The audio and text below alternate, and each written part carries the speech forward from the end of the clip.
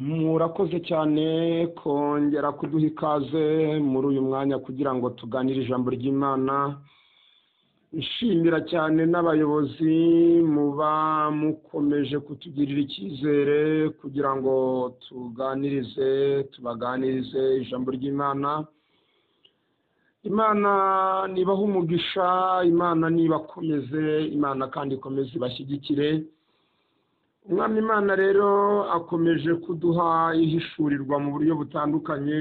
Mu gihe gishize gatoya nibwo twari dufite ijambo rivuga ngo imbaraga z'ubushake bw'Imana ku buzima bwacu, imbaraga z'ubushake bw'Imana ku buzima bwacu, aho umwami Imana yakomezaga kuduhishurira ko ubushake bwayo ari uburyo Imana ishaka ko ibintu biba kuruta uko twebwe dushaka ko ibintu bizaba. Ni uburyo Imana ishaka ko ibintu biba kuruta uko twebwe dushaka ko bizaba, kuko hari igihe kenshi usanga twifuza uko ibintu bigenda bitagenda gutyo, rimwe na rimwe tukumva ko tubangamiwe cyane, tugaheraho tuvuga duti ni ukuri ubushake bw'Imana buratubangamiye. Ariko muzukuru ubushake bw'Imana ntabwo twakumvishije ko butubangamira, kuko iby'Imana ishaka burya nizo biba ari byiza kuruta uko twebwe tubishaka.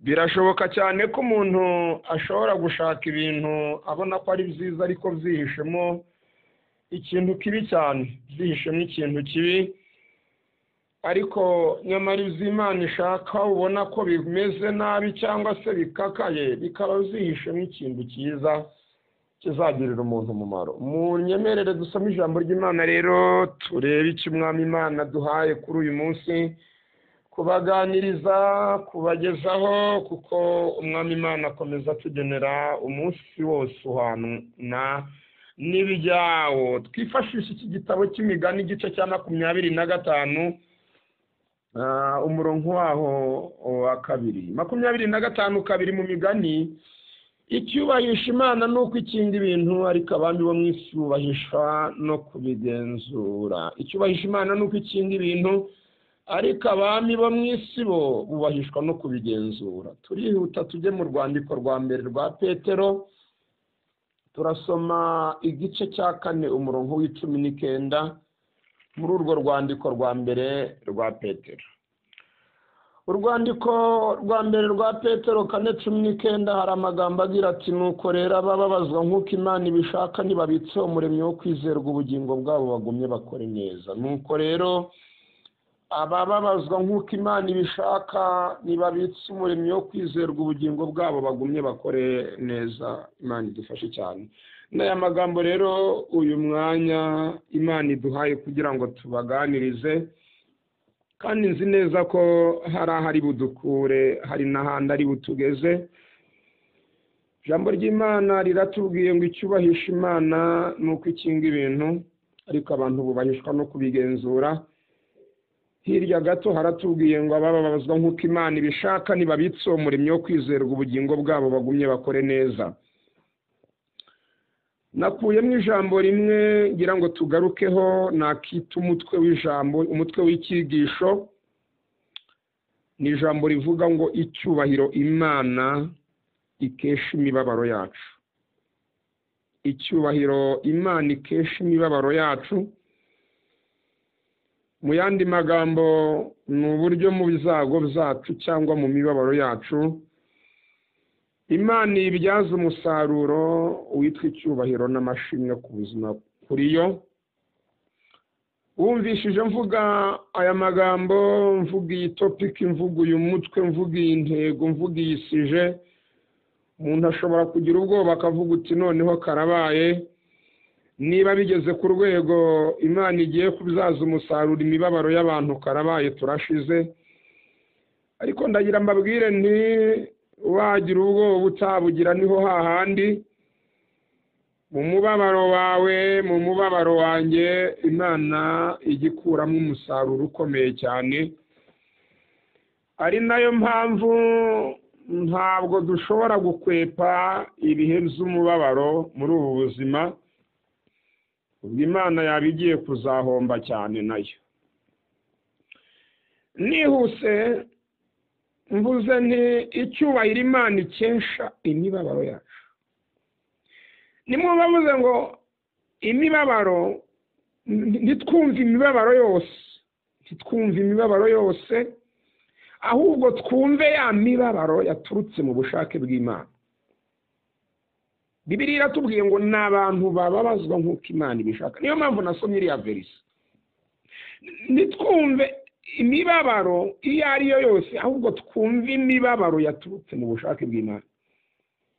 Ya mibabaro umuntu yababaye ituruka ku bushake bw'Imana. Ya ndwara umuntu yarwaye biturutse mu bushake bw'Imana. Za ntambara umuntu yahuye nazo byaturutse mu bushake bw'Imana. Wa mugabo wagukubise byaturutse mu bushake bw'Imana. Wa mugore wakunaniye uzaturutse mu bushake bw'Imana. Bwa bukene ufite byaturutse mu bushake bw'Imana. Ya nzara ufite byaturutse mu bushake bw'Imana. Iyo niyo tugiye kuvuga, tukagaragaza icyubahiro Imana yikuramo. Mu yandi magambo, ni imibabaro umuntu arimo, ariko ari inzirakarengane muri yo, arengana, ari kuzira ubusa. Ni imibabaro ushobora kubamo, wanayisohokamo ukajya kuburana indishyi y'akababaro. Hari imibabaro umuntu abamo, yanayisohokamo, yatekereza uburyo yarenganye, yatekereza uburyo yakubititse, akavuga uti ngiye kwaka impozamarira nta kabuza kuko barambabaje kandi bambabaje bandenganye. Iyi muzayibona muri Zaburi ya 90:15, aho uyu mugabo yasenze Mose avuga ngo Mana utwishimisha ibyishimo bingana n'iminsi watubabarijemo, utwishimisha ibyishimo bingana n'igihe twaboneye mu izago. Bana b'Imana, hari imibabaro abantu bababara kandi bayibabara bagasanga bararenganye. Iyaturutse ku Mana. Impamvu mvuze gutya nuko hari niyo tuba twihamagariye, ntabwo ari yo mvuga. Ndavuga iyaturutse mu bushake bw'Imana, uburyo Imana yikesha yibyaza umusaruro. Hari iyo twihamagarira, hari n'ituruka ku badayimoni, ntabwo ari yo mvuga. Ndavuga iyo tuba twihamagariye. Ntabwo uyu mwanya ndibuza gusobanura wenda itandukaniro riri hagati y'imibabaro yaturutse mu bushake bw'Imana, yaturutse iyo umuntu yihamagariye niyo yaturutse ku badayimoni, cyane ko buri ibyo umuntu yihamagariye agomba no kwitabara akikiza. Ko umuntu yiteye niwe witabara, nta n'umuntu ugomba kumutabara. Umuntu yakagombye gutabaza kuko afite undi wamuteye. Ahubwo reka ngaruke kuri iyi mibabaro yaturutse mu bushake bw'Imana, wenda ibindi tuzaba tubigarukaho. Iyi mibabaro yaturutse mu bushake bw'Imana ifatwa nk'umushinga Imana ibishoye kandi igamije kuwukuramo umusaruro cyangwa inyungu. Ifatwa nk'umushinga Imana iba yateguye ikawushora igamije kuwukuramo inyungu. Iki ni ikibazo, kugisobanukirwa bishobora kugorana. Imana ishobora gutegura umushinga wo kubabara k'umuntu igamije inyungu cyane rwose pe. Biragoye kugira ngo uyu mushinga w'Imana ubangamirwe cyangwa se uhagarikwe n'umuntu inyungu zayo itarazibona. Kuwubangamira, navuga ngo ubuhindutse ikiza, ni nk'uko ibindi biza byose bibangamira imishinga. Umuntu akihingira amashuri hakaza ikiza cy'izuba kikayangiza, umuntu akihingira imyaka hakaza ikiza cy'imvura nyinshi kikayangiza. Kubangamira uyu mushinga w'Imana ibishoye ni nko guhinduka ikiza. Mu yandi magambo, uba uri ikiza. Mwirinde ko hari umuntu azagaragara nk'ikiza mu kubangamira umushinga Imana ibishoye kandi ishakamo inyungu. Kandi aho ngaho haba hari no kwikunda gukomeye. Niba dukora imishinga yacu tukanga imbogamizi zayibangamira, tukirinda ibintu byatuma ibangamirwa, kuki twebwe twashaka kubangamira umushinga w'Imana ngo itabona inyungu? Aho rero kuba ari ukwikunda gukomeye kuruta gukunda iyaturemye. Icyubahiro Imana ikesha imibabaro yacu niyo magambo turi kuganira. Imibabaro y'uko yaturutse mu bushake bw'Imana. reka nihuse dutangire dusobanura inzira eshatu Imana inyuramo ibyaza umusaruro imibabaro yacu. Inzira eshatu Imana inyuramo ibyaza umusaruro imibabaro yacu. Inzira ya mbere ni inzira yitwa kurema ikibazo. Kurema ikibazo. Kurema ikibazo. Kurema ikibazo ni uburyo Imana irema ikibazo kitari gihari kikaboneka, igamije kuzagikuramo inyungu. Nimusoma Yohana igice cya 9 uhereye ku murongo wa 1 kugera ku wa 3, hari uwari waravukanye ubumuga bwo kutareba, ntiyabonaga. Bibiliya ivuga ngo yari impumyi.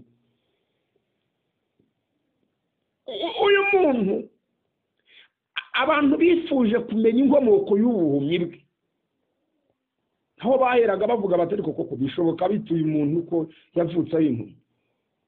Birashoboka ko ari izaha yakoze, yabikoze ryaratareba. Birashoboka ko ari iz'ababyeyi be, izo ni zamanzi. Abantu duhorana zo kurondoza amaso y'umubiri, nta n'umwuka, nta n'uwasenze ngo arote, tukaca imanza gusa. Ariko Yesu ndamukunda, Imana Data twese muhabwe icyubahiro, bajya bakemura imanza kare, bakiyemerera igikorwa bakoze. Ni amabwiza ukuri bana b'Imana. Niba hariho abantu, hariho ubwoko cyangwa se hariho ubwami butajya buhakana igikorwa bakoze, bari inyuma n'ubwami bw'ijuru bwabo. Niba ari uko nta bwoba bagira, wenda nta wabafunga, niba nta wabateza ribu ngo ibafate, kuko nyine barakaze, bari hejuru ya byose, ntibashobora kwihakana igikorwa bari inyuma bakoze. Yari bo bakwishe, baravuga bati nitwe twamwishe, ntibajya bagihakana. Ntibagira ubwoba, ntawe ubatera ibuye, ntawe ubafunga, ntawe bambika amapingu, ntibahakana igikorwa bakoze. Impaka bazikemura kare. Yaba ari nk'umuntu yavuga uti ntabwo mbizi, sinzi uko byagenze kubera guhinda imishyitsi. Ariko umva Yesu yo kabuzaba utagira ubwoba, ukemura impaka akamara impaka mu bantu ntibaze guhondana imitwe ngo bamarane. Aravuga ngo ntabwo uyu muntu yazize ibyaha by'iwabo, yewe nta nubwo ari icyaha cye yazize. Uyu ni umushinga twakoze ku buzima bwe. Nitwe twaborotse amaso, twe twabahaye amaso, mwebwe murimo mureba, twe twabahaye amaso, nitwe twabimye amaso. Mwebwe mufite amafaranga, twe twayabahaye, nitwe twayamwimye arakena. Mwe mwabyaye, nitwe twamwimye umwana, mwe tubaha abana turababaha. Mwe mwize mukarangiza, nitwebwe tutemeye ko yiga ngo ayitarangiza n'abandi. Biyemerera ko igikorwa runaka cyangwa se ubuzima umuntu runaka abayemo barabigize mu buhari, barabyiyemerera. Twebwe burya mwebwe muri mu mazu yanyu, ni twebwe uriya tutamuhaye inzu, no kuba atari muye burya ni twebwe. Barabyemera bakavuga bati nitwe twabikoze kubera impamvu yacu, mu mushinga twikoreye. Yesu yemera ku mugaragaro ko uyu ari umushinga bakoze bagamije kuwukuramo inyungu yitwa icyubahiro, bagamije kuwukuramo inyungu yitwa kuzashyirwa hejuru.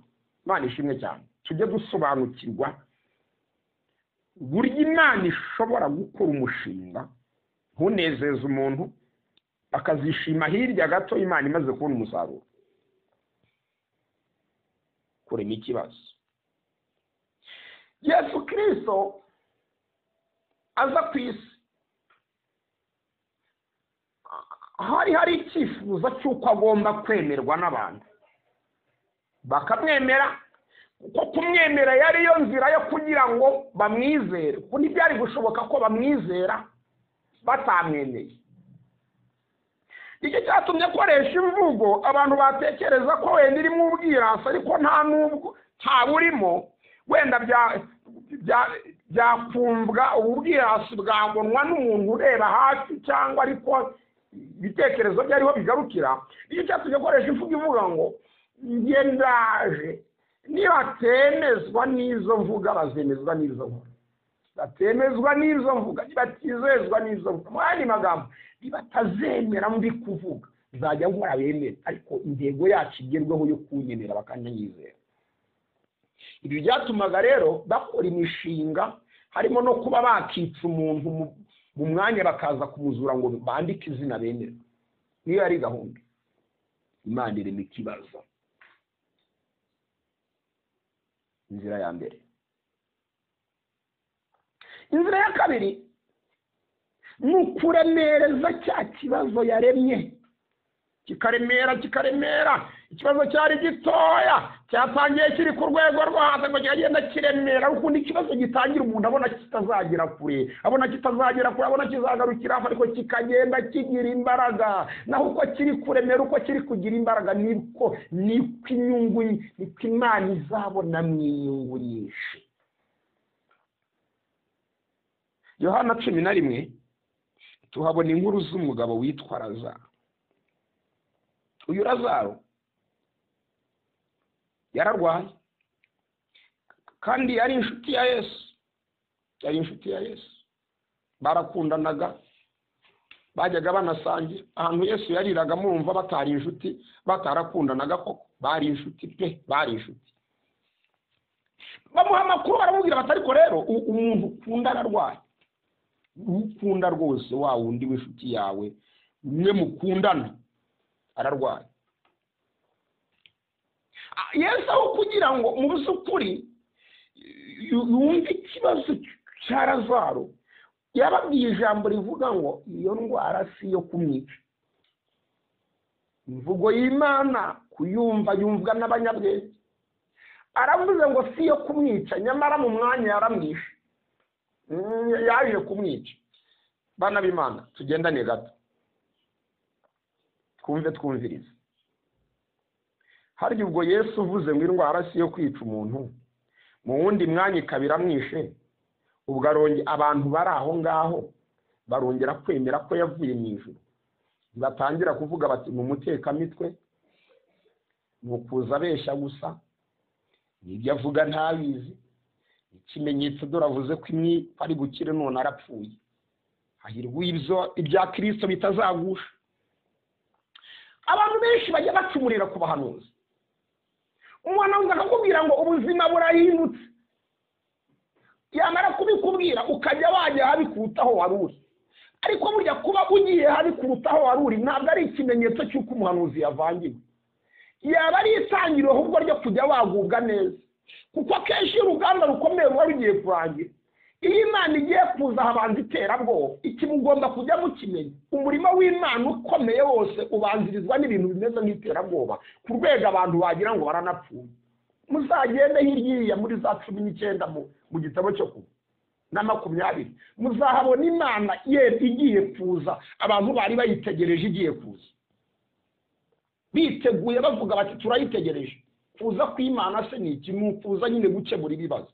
Ariko muzarebe iterabwoba ryabaye, hindu birahinda biratigita, ku buryo umuntu avuga uti karabaye ahubwo ndapfuye, ubwo natekerezaga ko ngiye gukirija ahubwo nibwo mpfuye. Iyo urugamba rukomeye ruba rugiye kurangira, umurimo w'Imana ukaze ubanzirizwa n'ibintu bimeze nk'iterabwoba. Aho ushobora kwihebuka avuga uti si yo yavuze, ntabwo ari yo yavuze. Burya aho ngaho ubugeze, burya ibiri hafi ku marembo aho ngaho ushatse waba amaso. Ntabwo kuba umuntu aguhanuriye ko ibintu bihindutse ugahita ujya wajya habi bisobanura ko yavangiwe n'oya. Na Yesu yavuze ko umuntu atari bupfe apfira icyo, arapfa. Ariko Yesu yarazi ubwoko bw'iyi ndwara, yarazi ko ari indwara ituruka iwabo, yarazi ko ari indwara bamuteje, yarazi ko iri mu bwoko bw'iwabo bw'indwara bazi neza, yarazi ko ari indwara itica ahubwo ari indwara ibyara umusaruro witwa icyubahiro n'amashimwe ku Mana. Hari ibibazo bitica abana b'Imana, hari ibibazo bitica ahubwo bibyara umusaruro, bibyara inyungu ku Mana. Nimuhumure, ibibazo mufite ntizica. Niba mutarazihamagariye ntabwo byica ibyo bibazo, ibyo bigerageza ntibyica, ntabwo izo ntambara zica. Nimuhumure. Hariho ibibazo bitica, niba mutaravye ntabwo byica bene ibyo. Izo ndwara ntizica, nimuhumure. Ntabwo izi zica, ntabwo zica nizo guha Imana yacu icyubahiro. Ntabwo ubwo bukene bwica, ntabwo iyo nzara yica, ntabwo iyo ntambara yica, wowe muhumure, ntabwo hari ibintu bitica biri mu bwoko butica, ahubwo biba byaraje kugira ngo biheshe Imana icyubahiro. Kandi mbibutse niba gahunda y'Imana ariyo kubibyaza umusaruro binyuze mu cyubahiro, ikabona icyubahiro binyuze muri byo, ntibishoboka ko Imana ibona iryo shimwe n'uwo musaruro tutarabisohokamo. Niyo mpamvu umuntu yakaba yitera icyara akavuga uti niba koko ari umushinga yakoze ngo ibone inyungu, yazibona se itarabinkuramo, wakabaye wishinga icyara ukavuga uti oke, amaherezo nzabivamo kugira ngo nayo inyungu yashakaga izibone. Byumvikane ko amaherezo ni ukubisohokamo inyungu yashakaga ikazibona, kuko utabisohotsemo nawe yabihuye n'igihombo, yaba yarakomboje umushinga none ukaburaho. Humura rero, kuremereza ikibazo. Arakiremereza yanga kujyayo, asibira kane, arasibira kisinkigiyeho. Mu minsi mike abahinzi bari bamaze iminsi bamupinga, yazura umwana ati uwo yarari muri komani yari yapfuye, intumbi yari igishyushye, ataye wowe nzabagire ndatereka noneho ndemereza ikibazo, aho mwese mwemera ko umuntu apfa nakamuzura. Arakiremereza, azaramureka arapfa, baranamushyingura kugera ku rwego buri wese avuga uti kabisa aha ngaha rwose ho aha ntiyazuka rwose, azutse yaba ari Imana yo mu ijuru. Iyo ibibazo biremereye biba biri kurenga urwego rw'abantu bihinduka iby'Imana. Reka mbabwize ukuri, ibibazo iyo bicyoroshye biba biri ku rwego rwa bene wanyu, bwa banyokorume, bwa banyogusenge. Iyo ibibazo biri kuremera biba biri gusiga abantu bihinduka iby'Imana. Mujye mureka ibibazo bihinduka iby'Imana, bive ku rwego rw'abantu. Bikiri ku rwego rw'abantu bazabikemura, kandi bazabikemura buhoro, kuko abantu ntibakemura ibibazo neza, ariko nibigera ku rwego rw'Imana bizakemuka burundu. Abantu benshi bakunze gushaka guha Imana ibiraka, ntibayihe akazi. Mujye muha Imana akazi, ntukayihe ikiraka. Ibintu bikiri ibiraka ntimukabihe Imana. Muha Imana ibiraka yarananiye. Kuki muha Imana ibiraka ntifite imbaraga? Mujye mureka ibintu bihinduka akazi, Imana izikora akazi ntikora ibiraka. Arabiremereza. Ku munsi wa kane ajyayo, mushiki wa Lazaro Mariya mutangirira ku marembo ati yuza kuhagera kare. Ntacyo kiramuye, byararangiye, ntacyo kiramuye. Hari abantu batekereza ko Imana ari Imana yo gukemura ibitaragera kure. Hari Imana yo gukemura ibintu bitaragera kure, atari Imana yakemura ibintu byageze kure. Abanagira babwira ngo burya ibyageze kure nibyo by'Imana, ibikiri hafi n'izacu twabyikemurira. Ibikiri 1000 umuntu yakiguha, ibikiri ku rwego rwa 5 umuntu yabiguha. Ariko ibintu hari ahantu ibintu biba byageze byahindutse iby'Imana. Mariya ntiyamenya ko ahubwo byahindutse iby'Imana, byahindutse ibyo gukora ibyo Kristo ajya yakora, ahubwo ari habonera agaciro, ari habonera ishimwe. Arabubwira uti we nyizera gusa, wikivanga mu kazi kanjye. Twebwe icyo dukora twebwe turakizi. Wikivanga mu kazi kanjye, wowe unyizere gusa, nta kintu, unyizere. Ahageze asanga barira, ababazwa nuko kugeza n'ako kanya batarakamwizera. Nta kindi cyamurijije, yarijijwe no kutizera kwabo ngo bemere ko muri we harimo imbaraga zizura n'uwapfuye. Biramuriza nawe arababara, aravuga uti oke, munyereka ahantu mwamusize. Yari yabiremereje, barahamwereka. Bahamweretse, isengesho yasenze rigaragaza ko mu by'ukuri aribo bari bamwishe ngo baze kumubyaza umusaruro wo kwemeza Abayuda batemeraga. Umva umurongo wa 41 ukuvuga na 42 ni muri 11 Yohana. Nuko bakuraho igitare, Yesu arararama aravuga ati data ndagushimiye kuko unyumvise. Ubwanjye nari nzi yuko unyumva iteka, ariko mbivugiye ku bw'aba bantu bangose ngo bizere yuko ari wowe wantumye nawe wumve. Iyi mvugo irimo iragaragaza umukino barimo bakina. Nyine ndabizi usanzwe unyumva, ndabizi rwose kuba mvuze ntunyumve si uko nshidikanya ko utanyumva, ariko mbivuze kubera iki giterane cyateranye cya babapinzi bamwe batemera. Namubwira ngo hari igihe Imana iteranye igiterane ngo ikunde yemeza abantu bamenye ko mu ijuru hari imbaraga zayo, igateranya igiterane. nyine bemere babatinzi bagose nyine mbivuze gutyo kugira ngo mbanabyumve nyine ko dukaze nyine noneho bateranye ni benshi kabisa dukora akazi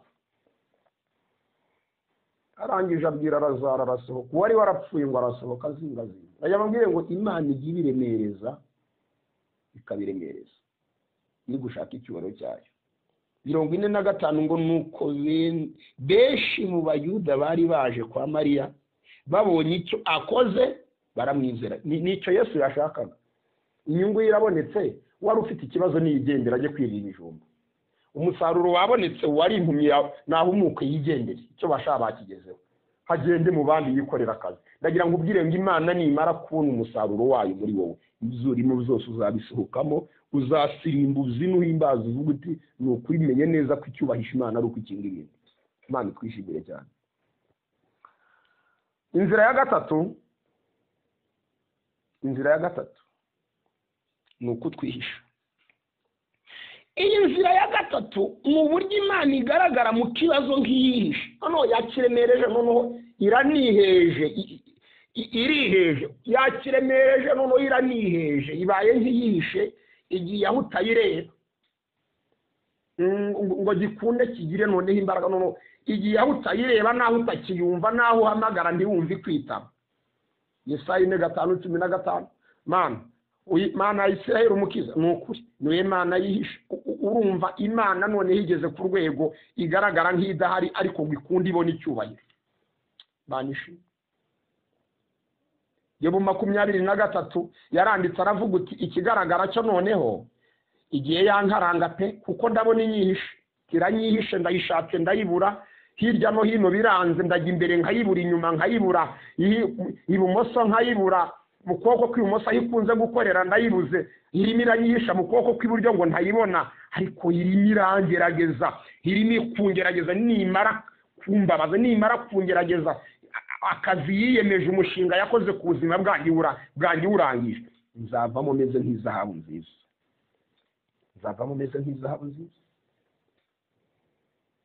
Kijya watura iziringiro mu gihe cyose uzi ko ibibazo urimo utabihamagariye uzi ko utanyira akazihamagarira uzi ko utanyira abayazana muri ibyo jya watura ibiziringiro uvuge ngo nubwo bimeze bityo Imana nubwo aho izazira izaza ntabwo izaceceka aho izazira izaza ntabwo izaceceka jya wihanurira uvuge ngo nizo koko ariko nzabisohokamo kuko ntabwo ndi nyirabayazana wabyo Imana ikagaragara nkaho yihishe kayibura ibintu bikanga ariko burya ibizaza icyoro cyo kikaboneka. Ndagira ngo mvuge utuntu dukeya dusoza inyigisho. Komeza kubifuriza umugisha w'Imana bakozi b'Imana bakristo mukomeje kudukurikirana muri uyu mwanya ijambo ry'Imana Muranzi singira za haleluya nyinshi tumugire ngo wenda kuko ari honorayini narahindutse hoya tukinaganira tukibana mu buryo buri vizavi ntabwo ngira haleluya nyinshi Muranzi mu nyigisho zitandukanye kandi ntekereza ko ibyo tuba tuvuga amagambo y'Imana yumvikana. Ndababwira ko iyi mibabaro tutihamagariye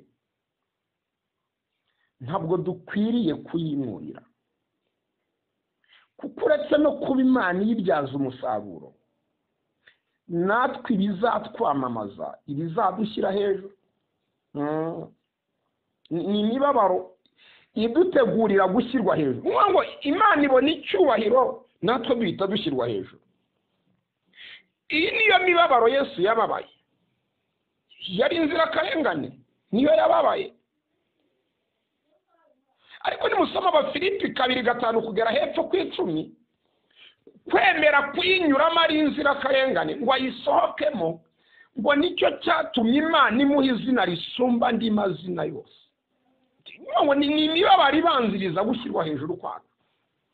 Iyi mibabaro mpamvu yo kuyinubira kuki wayinubira ibintu utagizemo uruhare birabanziriza gushyirwa hejuru kwawe. birabanziriza gushyirwa hejuru, birimo birarema ishimwe, birimo birarema gutera imbere kwawe, birimo birarema kwamamara, birimo biragutegurira kumenyekana. Nta ruhare wabigizemo. Amaherezo yabyo uzabisohokamo wamamaye, uzabisohokamo uteye imbere, uzabisohokamo ugeze kure, uzabisohokamo ufite ishimwe. Niko Hana byagenze, yasohotse mu kutabyara kandi atarabyihamagaye, avuga uti ni ukuri ndakwemeye, uri Imana, uri Imana, uri Imana, uri Imana, uri Imana. Ntababwire ngo imibabaro mutihamagariye ntikabateye ikibazo, muzayisohokamo mufite amashini. Kandi dufashe cyane. Ndagira ngo dufate umwanzuro mbabwira amabanga akomeye atuma dukwiriye kwishima mu gihe cyose tutihamagariye imibabaro. Ibintu kenshi biba bizatuguye gitumo tutabyihamagariye. Yakobo yaravuze mu gice cya mbere kabiri, aravuga ngo munabizemere ahubwo ko ari iby'ibyishimo, munabizemere ari iby'ibyishimo.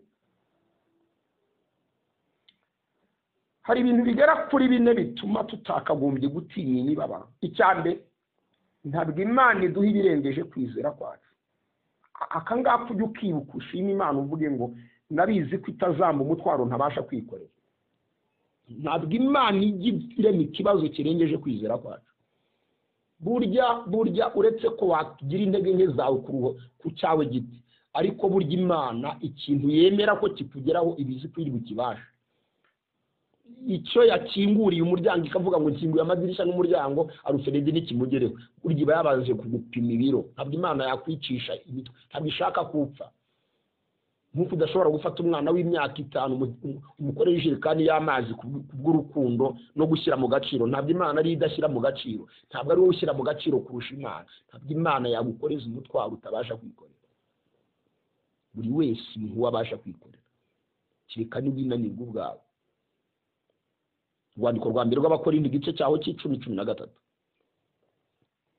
Kabiri, hamwe n'ibitugerageza Imana igiducira akanzu kugira ngo Imana ica akanzu muri za bintu yaremye, akanzu k'Imana kaba gahari.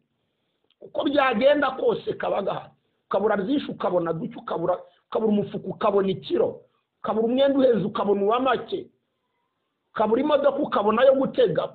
Uko bizagenda kose haba hari akanzu k'Imana mu mibabaro yapanzwe nayo. Imana ibihari izaguherekeza ikakugeza ikanana.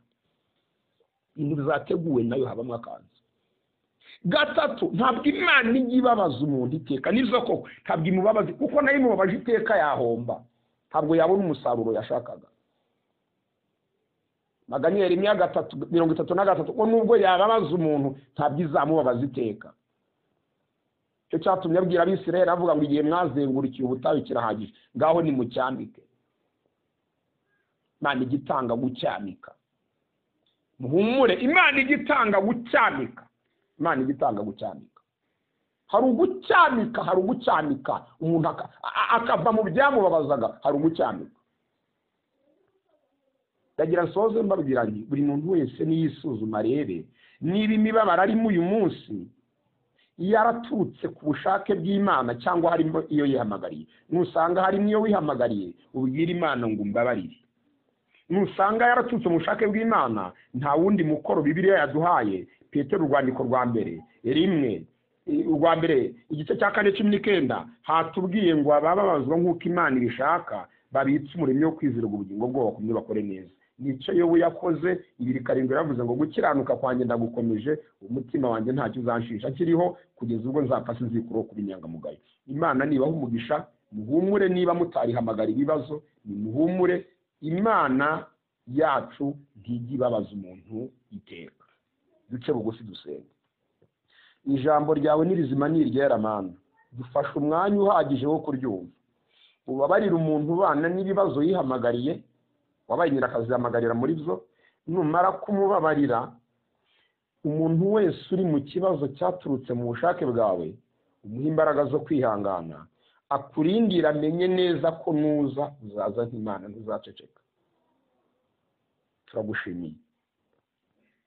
Icyubahiro gikomeze kibi cyawe kuko uriho kandi uzahoraho, mu izina rya Yesu, amen. Murakoze cyane. Ni Evangeliste Misaga Ruferedi mwari muri kumwe muri uyu mwanya mwiza mwaduteguriye, mwadutumiyemo ngo tubaganirize ijambo ry'Imana, twongera kubashimira icyizere mukomeje kutugirira. Nanone kandi birashoboka cyane ko umuntu ashobora kudukenera mu buryo bw'umwihariko akagira icyo adusobanuza cyangwa icyifuzo duha mu bitari muri rusange.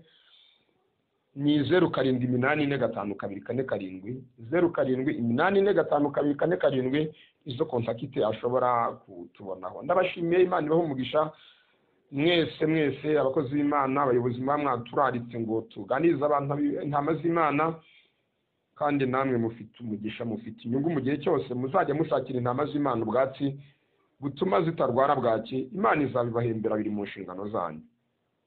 Shalom, shalom, muri Imana bani namwe.